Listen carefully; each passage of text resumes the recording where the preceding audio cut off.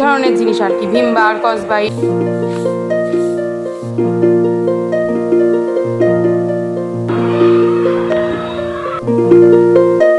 সকালবেলা ঘুম থেকে উঠে থেকেই মাথায় চিন্তা ঢোকাই যে কোন কাজটার পর কোন কাজটা করবো, আর কোন কাজটাকে দেরি করে করবো আর কোন কাজটাকে আগে আগে করে নেব।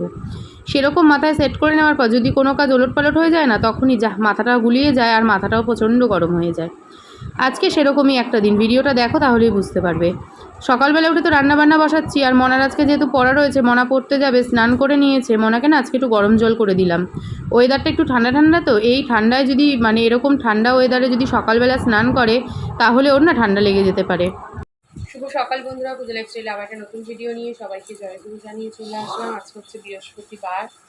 মনা ঘুম থেকে উঠে পড়েছে, স্নান করে ফেলেছে, সব থেকে বড় কাজ সেরে ফেলেছে মনা। স্নান করে ফেলেছে আর পুরোপুরি এই যে রেডিও হয়ে গেছে। রেডি হয়ে একদম বসে আছে, ইষ্টভীতি করবে। আর বাবা এসে ইষ্টভীতির পয়সা দেবে, সেই জন্য বসে আছে। বাবাকে ব্রাশ করছে। আমি কিন্তু যেটা ভয় পেয়েছিলাম ঠিক সেটাই ঘটেছে। ভয় পেয়েছিলাম মনা ঠান্ডা লেগে যাবে, তাই গরম জল করে দিই, কিন্তু সেই ঠান্ডাটাই ওর লেগে গেছে। সকালবেলা স্নান না করে গেলেই ভালো হতো, কিন্তু স্নান না করে উপায় কি? আজকে যে সমস্ত কাজ আমাদের ওলটপালট হয়ে গেছে।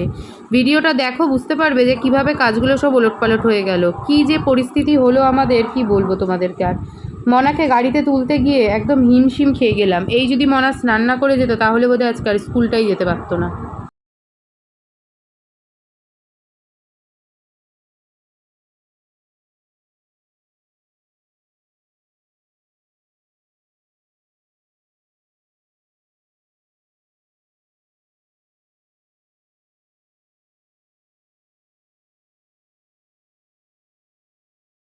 পুরোপুরি রেডি হয়ে নিয়েছি, আমি বেরোতে হবে। মানে একটু দেরি আছে, আমি বেরোবো। পুজো দিতে পারবো না, সেজন্য গণেশ পুজো দিচ্ছি। বৃহস্পতিবারের পুজো, মনা আবার সময়ও পাবে না যে মনা পুজো দেবে এসে, কারণ ওর এসেই স্কুল। আর বৃহস্পতিবার ঘর পেতে পুজো দেওয়া মানে একটা বিশাল করবে। মনা সন্ধ্যাবেলায় এসে পাঁচালি করবে, করে পুজো দেবে। ওখানে টিফিনগুলোকে মনা রেডি করে নিয়ে, এখনও টিফিন বক্সটাকে শুকাক, তারপর ওটা মুছে রেডি করবো। ছোটোবেলায় পড়েছিলাম শরৎকালের আকাশ দেখতে হয় পেঁজা তুলোর মতন মেঘ ভাসছে, ঠিক এরকম। সত্যি কথা বলতে তাই, পুজো এসে গেছে, আকাশ তো জানান দিয়েই দিল। এত সুন্দর আকাশটা হয়ে রয়েছে যে কি বলবো, মনে হচ্ছে কেউ যেন রং তুলি দিয়ে ছবি এঁকে দিয়ে গেছে। এতটাই সুন্দর লাগছে দেখতে, মনে হচ্ছে আমি যেন কোনো সিনারির মধ্যে দিয়ে এগিয়ে চলেছি। গণেশ আমাকে নামিয়ে দিয়ে চলে গেছে, আর আমি এখানে বসে আছি পুরো ঘেমে নে। আমার চুলের অবস্থা দেখেছো? পুরো উড়োকেশির মতন হয়ে গেছে আমার চুলগুলো। এতক্ষণ পর আমরা শান্ত পরিবেশে এসেছি, তখন অশান্ত পরিবেশে ছিলাম। কি যে গাড়ি ওরা, সেরকম রোদ আজকে, মাথাকে যে ভালো হয়ে যাচ্ছে। চলে এখন দ্রুত গতিতে আমাদের যেতে হবে। এত পরিমাণে জ্বালালো যে আমি গোলবাগানের অটোই পেলাম না। পাইকপাড়ার অটো পেয়ে তারপর হেঁটে হেঁটে এত দূর আসতে হলো। এখন বেজে গেছে 10:45। মনার গাড়ি আসতে 4 মিনিট কি 5 মিনিট বাকি। পুরো রেল লাইনের মতন হেঁটে আসতে হলো। কতটা পাইকপাড়ার অটোতে উঠলে কি আমাদের প্রচুর হেঁটে আসতে হয়। সেই দূরের অটো ওখানে নামালো, হেঁটে আসলাম। মনাকে কোনো রকমে দুটো মুখে বুঝে দিলাম। এখন চলো বিদায়, মনাকে দিয়ে আসি আগে। গাড়ির জন্য জাস্ট বেরিয়েছি, বেরিয়ে দেখছি গাড়ি চলে এসেছে। আজকে প্রচুর দেরি হয়ে গেছে, প্রচুর। মেয়েটা পুরো নিঃশ্বাসও নিতে পারছে না, এরকমভাবে দম আটকা মতন হয়ে গাড়িতে উঠলো। আর সেই পরিমাণে আজকে রোদ উঠেছে বাইরে, এত রোদ যে কি বলবো। এভাবে স্কুলে যায় তো একটা চিন্তা থেকে যায়, যতক্ষণ বাড়ি না আসবে ততক্ষণ মনে হবে কি শান্তি নেই।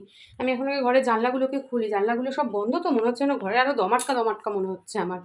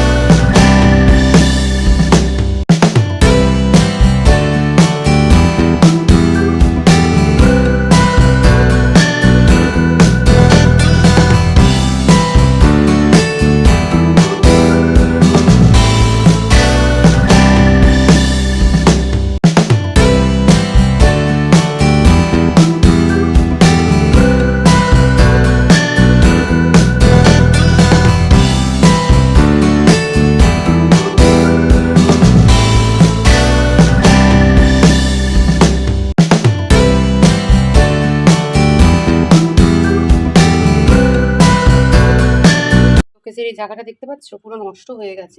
এখানে ইঁদুর, আরশোলা টয়লেট করে করে করে করে এমন অবস্থা করেছে যে এটা পুরো নষ্ট হয়ে গেছে, পুরো ছাল উঠে গেছে। যত নোংরা প্যাকেট, ব্যাগ যা আছে যতটা পারবো সব ক্লিয়ার করে দেবো এখন। বাদ বাকি সব বাইরে ফেলবো, না হলে ঘরের মধ্যে না শুধু নোংরা, মশা। এখানে যা দরকার নেই সব আজকে বাদ করবো। আর আলনার জামা কাপড় এই যে এখানটা সব রাখলাম, এগুলো পরে স্নান টান করে এসে তারপর গুছাবো। তার আগে চলো এটাকে ঝট করে গুছিয়ে ফেলি।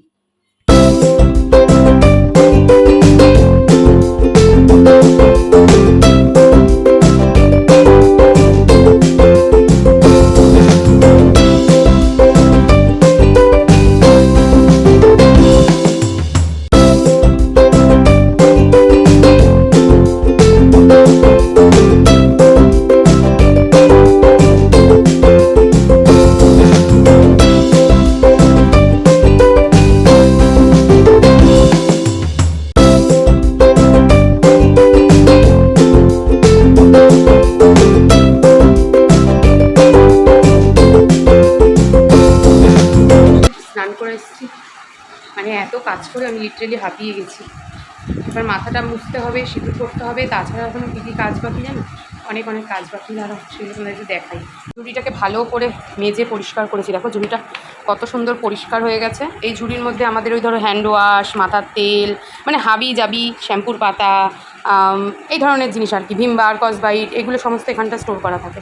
এখন যেটা কাজ সেটা হচ্ছে এই জায়গাটাকে প্রথমে পরিষ্কার করতে হবে। এখানে অনেক জামা কাপড় মনার আবারও বাতিল হবে, পুজো চলে এসছে, সব নতুন নতুন হবে। আর পুরনো কিছু কিছু জিনিস আছে, এই টাইপের কিছু প্যান্ট আছে যেগুলো ওটার কোমরে হয়ই না, শুধু শুধু পড়ে রয়েছে। কিছু জিনিস বাতিল করবো, আর বাদ বাকিটা এই যে আলনা একদম পরিষ্কার, দেখতেই পাচ্ছ আলনা এখন গুছিয়ে ফেলবো।